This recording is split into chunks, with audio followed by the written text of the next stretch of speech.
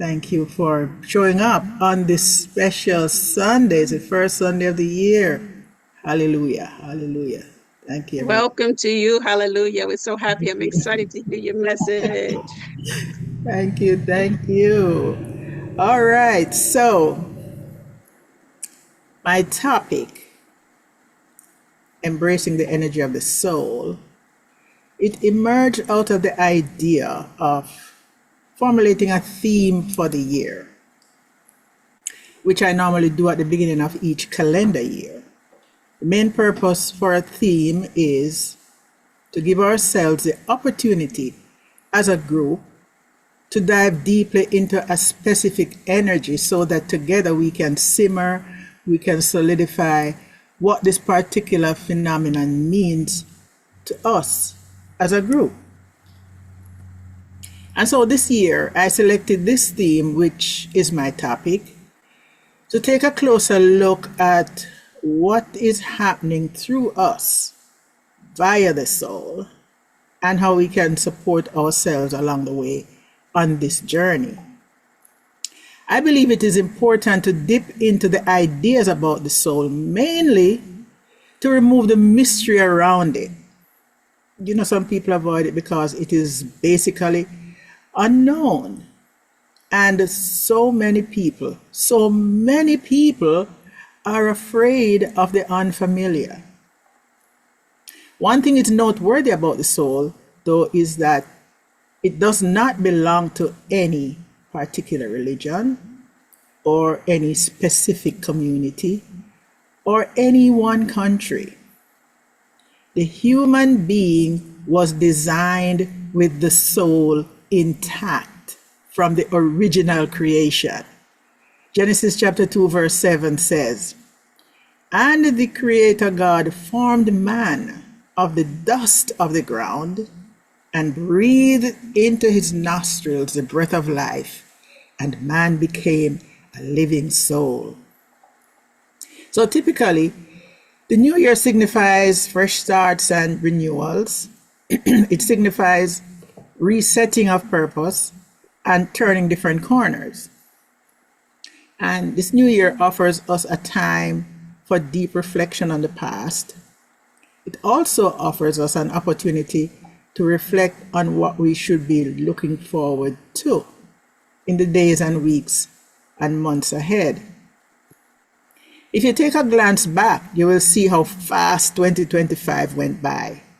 As a matter of fact, after the first COVID year, people have been asking the same question.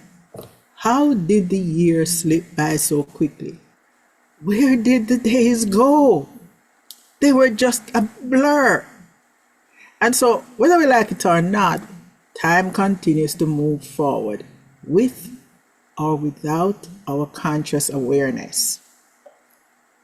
The soul does its best to keep us informed as we move along in space and time. And I'm here today to offer some keys to help keep us on the path of what is important to us. And so by looking at what is important to us today is to look at what is happening in our lives and indeed what has been happening so far. And we are looking at this against a backdrop of what is on our soul agenda. The first thing I want to look at, though, is a description of the soul. And Gary Zukov, the author of The Seat of the Soul, explained that the soul is that part of you that existed before you were born and will continue after you pass away. According to Carolyn Mace, author of many books, including Sacred Contracts, the soul is your inherent self, or your essential self, your built-in self, so to speak, that knows this universe. It carries the deep-rooted knowledge of the entire cosmos. Please note, not information, but sacred knowledge or truth. And we were born knowing the truth of who we are, of knowing intrinsically our true nature, which is that part of you that knows the truth. It knows the laws that govern the universe, and it knows the body and how it functions. The soul instincts are triggered for survival and does its best to keep us human beings. The soul sees to it that our heart is pumping, our lungs and kidneys are working, or that our hair and nails are growing. It oversees how a baby grows within the body and how we swallow, and so on and so forth. The soul is positioned between the spirit and the physical form, giving us direct access to the eternal, or what we call our source or the principle. The soul holds a tremendous amount of extraordinary power in us. Just imagine, the soul can see what our naked eyes cannot see. It has a broad peripheral view. The soul looks at the emotional field. It has a broad view of the psychic fields and of the archetypal fields. It has access to Akashic records. That is where everything about everybody is recorded. The soul does exist to manage the power that I know to be the truth or divine nature. So each one of us came to this earth with a prescription. And that prescription is written upon the template of our soul. First and foremost, I'm spirit. That is my divine true nature, whether I possess a body or not. However, when I wish to express as spirit, I need to do so through a vehicle. And the best vehicle suitable for this is the physical body as we know it, for this space and time. There are other types of vehicles or bodies which are more suitable or proper for existence on other planets and other space and time on other planes, which are light years away from this planet. And, you probably have to drop this body in order to go there. So our bodies are our connection to this earth. The body is our earth suit, so to speak, the vehicle or medium through which God experiences the earth realm. And it was created specifically so that God can enjoy relationships on this realm using our senses, seeing, hearing, smelling, tasting, touching, having conversations, eating together, connecting in groups like this one, sharing emotional energies, and of course, investing in our unique purpose. And of course, we know that it is spirit that animates the body. Going back to the same scripture from the Bible, Genesis chapter 2, verse 7. And the Creator God formed man of the dust of the ground and breathed into his nostrils the breath of life, and man became a living soul. So the breath of life is essentially God's spirit. And that requires it is required before this mechanical form becomes active and is capable of doing anything. It is the living spirit that gives us life. And so as we go along with this annual theme, we will be exploring and examining some of the patterns, the archetypal patterns that actually dictates what we do in accordance with that prescription. And so as a reminder of what are archetypes, according to Caroline Myss, archetypes are the architects or the designers of our lives. I want you to remember that.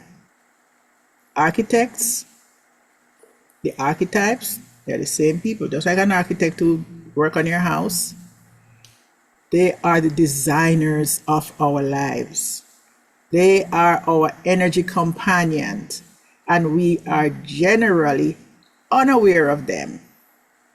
These are the dynamic patterns of intelligent energy forms that step forward and show themselves to people who we call seers, like Bhavna Srivastava and Carolyn Mays, these archetypes are actually living forms of energy, and through them we can learn and understand ourselves and our purpose and help to awaken our greater or highest mission on this planet. The energies flowing from these patterns are essentially neutral, and we are the ones who decide to stand on the shadow aspects or the light aspects of them and determine which way we want to carry them. What we know is that if we do not stand facing the light or move into the light side, or what we term the conscious awareness, we have no control over what happens as a result of selecting to stay on the side of the shadow. Of course, the word shadow is suggesting darkness. However, a better understanding of what the shadow side of the archetype is, according to Caroline, that they represent the part of our being that is least familiar with our conscious mind. In other words, we do not understand what it means to have the shadow in our lives. And it can get very upset, just like a person, when it is not understood or if it is ignored. Many of us choose to dance around inside the shadow aspects far more than is necessary, and then display, oh, surprise, surprise, when we begin to experience the impact of such behaviors. Carolyn May said, every experience we have contains great purpose and great meaning. Every encounter we have with people, whether animals or vegetation, it holds great significance because each one of them embodies an energetic fragment of our own soul. When we learn how to integrate them into our awareness, our purpose and mission can shine through in its full dimensions and in its full glory. I will tell you a story about Carolyn Mays. Remember now, she's a best-selling author, well known around the world, and I'm paraphrasing here. Caroline was at the airport waiting on her flight to go wherever it was she was going. The flight was delayed, a lot of confusion was going on there. It was just scrambling. And some people thought that the ground stewards and stewardesses were not being straight about what is really going on. So Caroline stepped up and gave the agents a piece of her mind. She cursed them out. I would imagine in a real out of tone, throw down, dash down, rebellious kind of way. As she turned back, now storming off back to her waiting area, quite disgusted, of course, a young couple approached her. I mean, she thought they were going to congratulate her, for stepping up and speaking out and giving the stewardesses a what for. Instead, the young man said, quite calmly, "We just wanted to tell you how much we love your workshops." And the young woman said, "We have all your books and tapes." Caroline was so humiliated that all she could do was to thank them and just continued walking. That was the shadow side of the queen archetype in action. She has a queen archetype very, very strongly. And hello, so do I, as a matter of fact. And I can tell you, there are many times when you get hijacked by the shadow aspect of an energy that you are carrying around so strongly that you don't even realize what in the world just happened until it has come and gone. And you're left just totally blindsided. One of the critical functions of the shadow is that it urges us to be more authentic with ourselves by showing us the opposite of our authentic selves. And when we learn to integrate the shadows, our awareness is sharpened. If Caroline did not get on the light side of that queen archetype, she could not be vulnerable enough to speak about it, much less to write about it. And I'm sure that she did a complete turnaround on that one. So there's a chance, there's an opportunity for us to build new consciousnesses, setting new intentions for personal growth, moving beyond the past limitations, and trusting that we can conjure up enough motivation for our future, guided by our unique purposes. We can make progress, and progress requires training, starting small and staying long enough to compound the efforts. Training sessions can be scary. Preparation can be unsettling for a while. However, we know that you are capable of starting the process. So do not delay in getting started. And because you think you can mull around it over and over in your mind for 9 months, the mind will keep you waiting for as long as it takes for you to give birth to your ideals. Listen, times move fast. And whether we like it or not, time is going to move along with or without you, with or without your consent or your approval.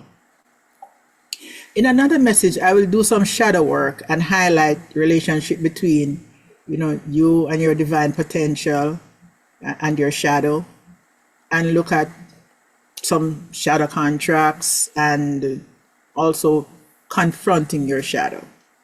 So over the period of time, we'll take time to look at those. We can't do everything in one session. So what we do here today is to highlight some of the key strategies to bring awareness to when we get caught inside the shadow. And the first reminder key is to remember that you definitely create your reality. It is a major key. In other words, you are the creator of your life. Ignorance of this law is no excuse. And whether you want to hear it or not, whether you like it or not, that is the fact. And the facts keep rolling alongside the truth. Try as you might, there's no escape from this law. The creation processes start inside of your thoughts. What are we thinking is of critical importance. We create our situations and then we turn around and ask, who will I be without this thing about myself? Do you realize how readily we just own up to conditions? For example, you're diagnosed with diabetes, let's say, and you go around telling people about my diabetes and my sciatica and my arthritis and my high blood pressure, and somewhere deep down we know that we created it. And so you believe you need to own it. But you'll come to realize that it is not anyone else but you who's doing these things to yourself, because you create your own life and it is rooted in these archetypal patterns. We took the time to do whole explorations on, like a few months ago, about right thinking and also about stories about self-mastery. And the thing to realize is that you are handling the core of your power. It may be a lot to handle. However, trying to hide and to dodge and to blame others does not help. It's like hiding in a house made of glass. You soon see, by engaging your faculty of awareness, that there are no hiding places. The second key reminder is what you see as obstacles or fears or doubts, misgivings or limitations are actually doorways or windows to the outcome you created for your life. It is a choice of the soul to bring it to you in this way. Every single time, barring no time, that you encounter a despicable, appalling, or dreadful situation, it occurred to show you a higher way to love. Periods of confusion and mishaps would be stitched into the fabric of our lives to help to keep us in tandem with our purpose. These are so-called incidences and coincidences. They are layered there to show us the open door or window that is letting in the light. Understand that this is the law unto how we transform. We must go along that certain path.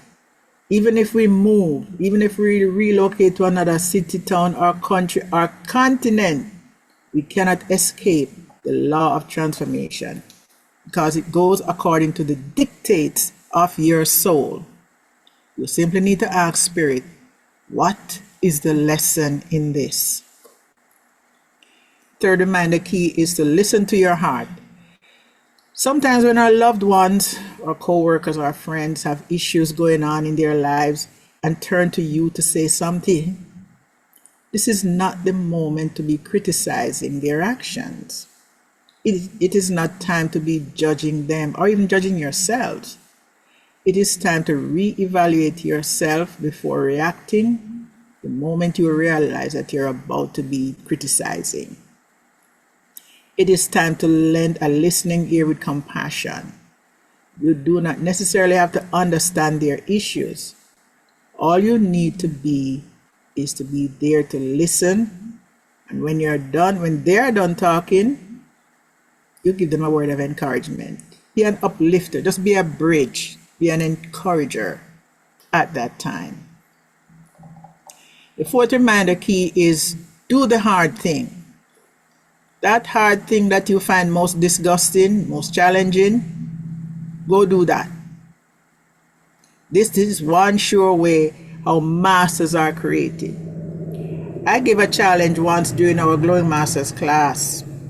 I gave an assignment to the members to do the thing that they had the most resistance for.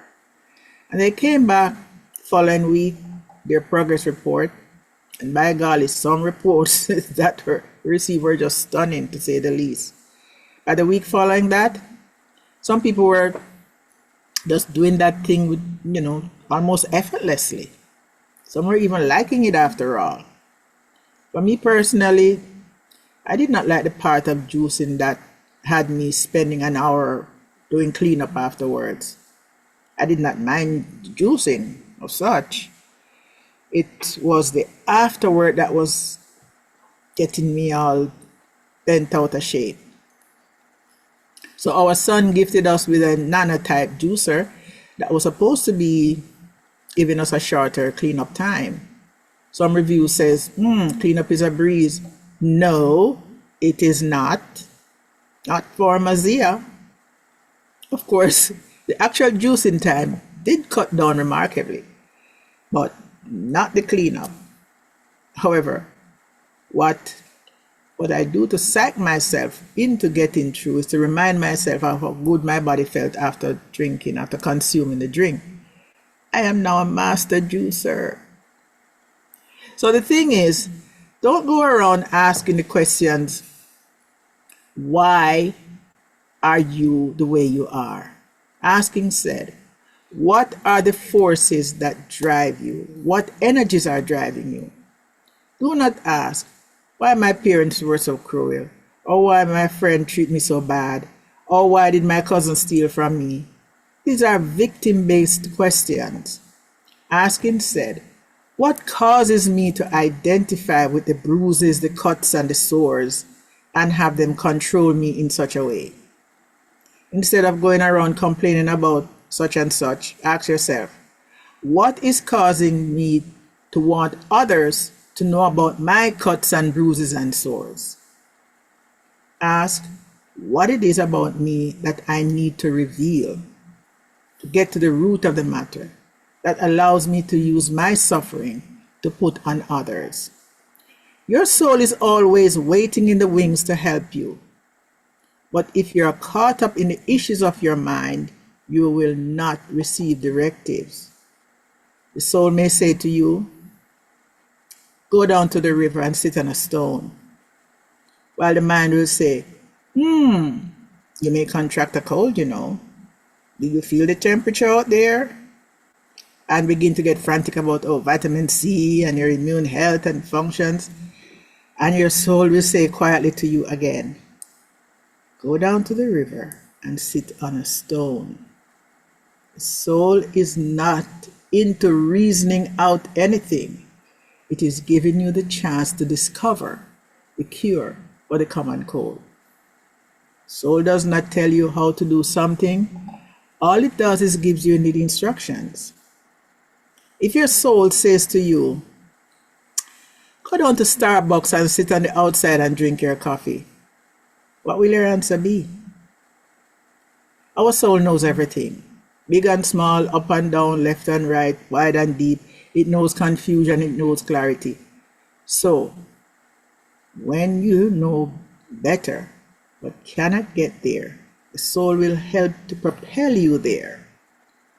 It downloads in you all the grace you need to get you there. And so in closing, 1 year from now, when 2026 draws to a close and the last part of the sun moves below the horizon, you may not remember the days that you get caught up in really busy times or how exhausted you were at night. You will instead live inside the results of what you actually took the actions towards. You will remember what you did not finish. Remember that you did not finish that project or learning that new language or taking that trip overseas. And so my prayer for the new year is that you take the time to sit inside your soul, quiet your mind, and listen. Amen. And so it is. And so we let it be. And so we let it be. Thank you so much for that wonderful presentation. Wonderful, wonderful. I see the hearts going up by Janet. Thank you, Janet. So this is the time that we open up the floor for anyone that has questions or insights or takeaway of, wow, that really hit me, or I have a story I'd love to share. Now's a good time that you may raise your virtual hand or just open your mic and share with us. I know we have some great questions out there. So do we have any hands? Let's see. Not yet, but Rev Mahrzxijah, you say the soul is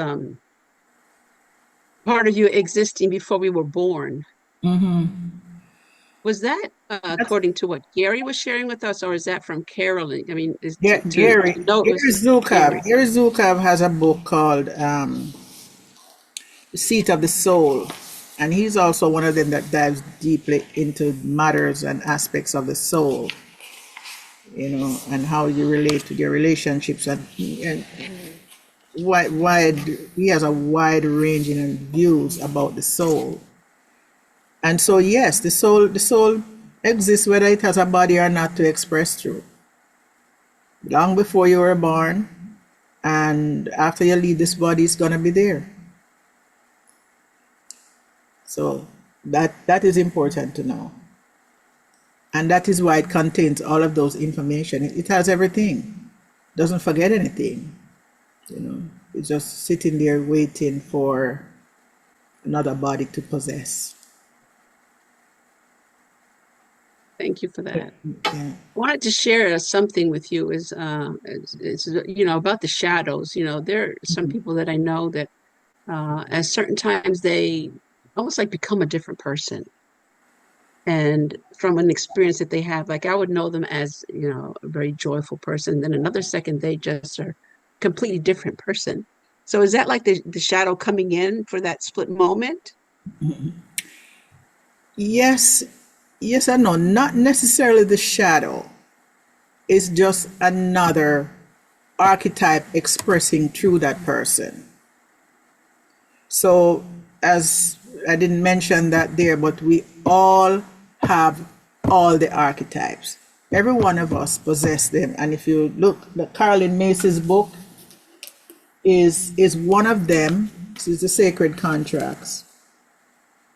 It's one of those books that carry, she lists quite a few of them at the back of the book.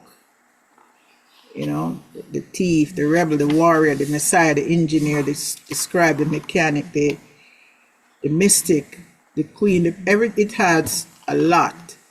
But bear in mind that there are hundreds, there are thousands of them out there. And she was a student of Carl, what's his name, Young. But it is not, you ask if it's a shadow, not necessarily the shadow. It's just one of those archetypes. Just choose to embody her or him. I don't know what it is. That person, and jump in and start expressing as that person. And mainly because she has a personality that invites that kind of behavior. We usually call them empaths. You know, empaths take on the feelings and the emotions and the action from other people, especially people who are there around. They draw it. So, yes and no, it's not, it's just, they're just expressing as someone else. And we all have them. It's just which ones we choose to entertain the most, which one our soul is drawn to the most. Thank you for that. The hand Do up. we have any hands up there? Let's see. Mr. Smith, hand is up. Okay. Yes, I give thanks for the message today, and I'm looking at one of your sayings as you went through. Facts ride alongside the truth, and which is a good reminder, because a number of times we hear facts and we think that they are the truth, you know, but facts do change based on research or information over time, you know. So I like that reminder that truth rides alongside the fact. Right. It was yesterday, actually, we were in our wise women meeting. We were talking about yes, the facts are always going to be there. Yes, it's a fact that you went to the doctor and you did an x-ray and you see that your arthritis is there. It's just there. You need to step back from that diagnosis and just look at it like those cars passing on the highway. I like to use this story of your window is like positioned near to the highway, and all those cars are passing on the I-95. You just look at it like that. You're not gonna jump from your window and jump in the next car that comes on. No, it's just passing. But the truth is, the truth about you with that X-ray is that I am whole, I'm perfect, I'm complete. All my cells are happy and well. I am full of vigor and vitality. Okay? So that is where, yes, the truth does exist somewhere alongside the facts. Facts can change. And what helps to change the facts are embodying the truth about yourself. That I'm a magnificent human being. I'm just bold. I'm perfect. I'm awesome. Man, I'm extraordinary. Yeah. And when you embody that and know that for yourself, the facts must change. It must. Yeah. Yes, yes. The other point is the picture of someone or me hiding in a house made of glass, Yeah. where you're certain that you're hiding Yeah.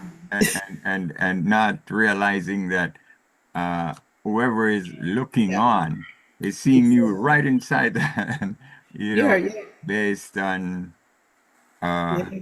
your demonstration or your, Mhm. so I like that You're part. you're in full view. There's nowhere to hide.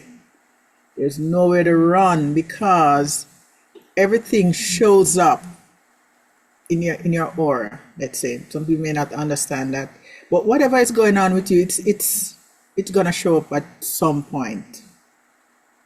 There's this young lady that she yeah, we discovered that she's an empath, Linda, and she would come around us with her attitudes and her behaviors and her energies, and she swears that nobody knows that she's that. But we all see, some of us didn't know what to name it as. But there are sometimes when she would walk in and she would be just like totally upset, like she totally bent out of shape, up in arms, hit the ceiling, gone through. And she would be rough with the customers and be just talking, a bunch of trash. And I'm saying, what's going on? And I realized that she doesn't know, she's not conscious that this is happening. Because 2 minutes after, she'd be, giggling, saying whatever she's saying, and high spirits. And then another half an hour after, she's just down and out. She's down for the count. And I never, I must say, never encountered a personality like that. Not up front. I only see them on TV, in movies, where people they just shift change. We used to watch this movie called The Grimm. Ashley and I used to love to watch that show, just see how people transform into whatever, be it an animal or something. The energy will just take them and they just start behaving like that. And I think that people not seeing it, but they are. Okay, there it is. Hello. Yeah, so first of all, I just wanted to say that Marzia, I just thought that talk was dazzling. I mean, so good. And I'm hoping it looks like it's recorded, so Yes. we'll be on the YouTube so we can, because I feel like there was so much good in that. I need to listen a couple more times. Yes. So, Yes. and also it triggered something that I recently read that I wanted to share. It was because you were talking about the soul and the all-knowing. So I read something that I really liked recently. It was about prayer and about answered prayers, that we don't always get what our ego or our small self wants, but we always get what our soul requires. And I thought that was really neat. And I saw some of that in your talk about, the soul journey and the all-knowing of the soul. So I just wanted to share that. And thanks. Yes, that is beautiful and spot on. And Reverend Alma would say, we get what we pray from. And coming from the heart is where you're coming from. Hey, Steve. Yeah, where you're coming from. So that was our first fight, actually, me and Reverend Alma. Didn't understand anything. And Mazia.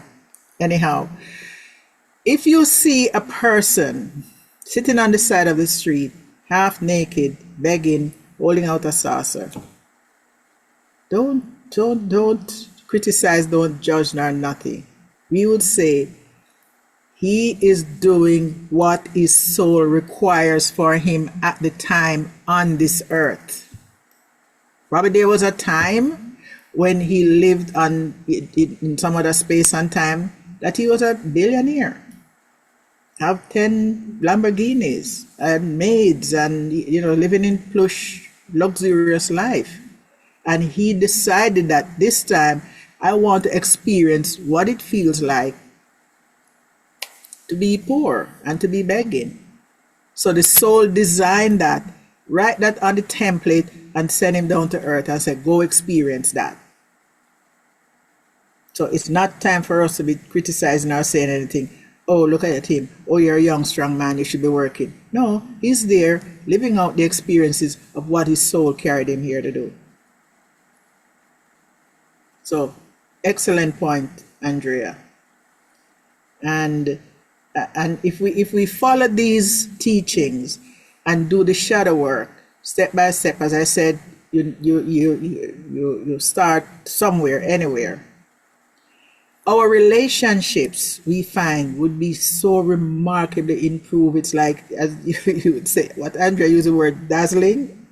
What did she say the word? Yeah, I'm gonna dazzling. Yes. Yeah.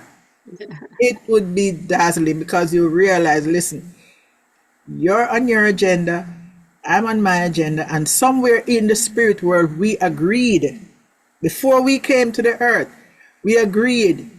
I said to Linda when we were in spirit, listen, I'm gonna go down before you, but guess what? I know you're gonna follow, right? And she said, yeah, I'm coming a couple of years later. And when you come, remember we have to be in the same region. So, I told her where we'd land up at this certain time, and I said, when you see me making a fool of myself in any way, I just want you to slap me upside the head. Just remember that. And Linda said, yes, for sure. I remember that. Of course. I mean, it sounds comical, but that's what it does. That's the truth. That is the truth about our being and expressing ourselves here. The truth sets us free. Yeah. Yes. I went ahead and posted the note there from Josephine. Know the truth, hold the vision, and manage the truth. That's what she had mentioned. Yes. Right. I put in the chat. Know But the before we truth. go on to that, yes, I wanted to mention or bring up the key strategy that you had mentioned, the fourth one. You had mentioned that something about do the hard thing and most things that are challenging. And that's how you become the master of the life that you're creating. As you were saying that, I was thinking of a quote. It says, I think it's by Napoleon Hill. It says, do the thing you fear the most, and the death of fear is certain. That is so true. Bingo. Bingo, so true. You have to, as you Yeah. tell me, Rev Mahrzxijah, you have to get in the game. You have to get off the stands and get into the game. You have to be on the court Even if you playing. stumble and fall, you got to just get in the game and start playing in order to become the Yes. master that you Yes. are. And part of the game is to get your knees scraped and bleeding. You're gonna fall down, you're gonna bruise up your knee, but that's part of it. Is you get up and you keep on going. But there's no way that you can be a master. There's no way that you can do anything. Just trusting that you learn to move forward and do what is necessary to do here to accomplish anything. You must do it. Do it afraid. Do it with your knees buckling. But you must do it. Yes. I say, oh, I'm afraid that, if I get up in front of the public and speak, I have 500 people in front of me, I'm going to stutter and yeah, that's the game. That's the journey. Go there and stutter and talk foolishness. You'll never master if you don't go make a fool of yourself sometimes. Mahrzxijah can tell you a lot about herself with that, but you just got to do it. Yes, Mr. Smith, you wanted to say something else? Yeah, I think Neil Donald Walsh in the conversation with God had asked a question, where is the soul? And the answer that came back was, or he had asked if the soul is in the body.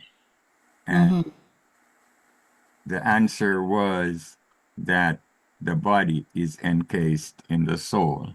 So, from time to time you hear, oh, man has a soul, but man is the soul, Yeah. It's not that the soul is within, but Yeah. the body is within the soul. The body is within the soul.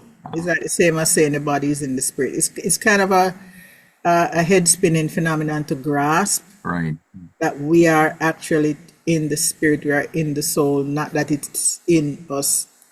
Yes, of course, it's circulating through and through, but the main point to engage is that we are in the spirit, we are in the soul. And there is no way around. I'm going to re-emphasize. Dr. Pad said, wow, listening in with earphones. Thanks for great insight. Thanks for listening in, Dr. Pad. Yes, so when we choose our partners, or parents, or sisters, brothers, wives, husbands, spouses, neighbors, friends, we choose them, we select them because they are here to show us the opposite of what we are supposed to be, our highest ideal in life. And sometimes they are the ones who tickle us the most, who provoke us the most, who get under our skin the most. You just want to slap, more than slap them. Yeah, you want to just kick them around because they're disturbing your peace. Yes, that's what they're there for. And until you realize that's what they're there for, you're not gonna have any peace. They're there to provoke you into moving into your highest idea of yourself. Yes, to make you feel uncomfortable so that you can start looking to the light instead of the shadow, although we have to experience that as well. Yeah, if you're not uncomfortable, you're not gonna move. You're not going to move, and we were made to move, to transform then into that which we came here for. Right, and then every experience has great meaning, as you were mentioning earlier. So a question I would have is some experiences in life are difficult, and to see what is the meaning behind it, that is the challenge also. Exactly, like Carolyn Mace's experience at the airport, and having her queen just unleash itself there. It become a great teaching point for her, to the point that she put it in her book to show, and I'm sure that many thousands of people benefit from her experience there, and having her writing it down. And not she was ashamed at the airport, but after that was released and the light started shining, I'm sure that shame went away, to the point where, I'm going to write this down. And I'm sure that there are many people who benefit from that experience, knowing that, hello, you have to experience the opposite. If you want to be this big time president of wherever, you have to experience what it means to be groveling at the level of a janitor or whatever, and not that, I'm here cleaning up the room, the sweeping the floors and wiping the windows, and he up there in his big office talking down to me like I'm a 5-year-old. And you throw down your mop and your broom and you walk out, you storm out to walk away from the job. Not realizing that is your pathway to owning that same company. That's a pathway.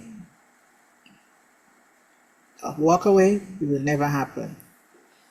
And you mentioned that we have to listen with compassion. Yes. Also, when we have experience, listen with compassion, and give those that need the encouragement, show them the light. Yes. But I wanted to thank you for your words today. I do appreciate that. Thank you for your openness of and joining into discussion and making it truly rich.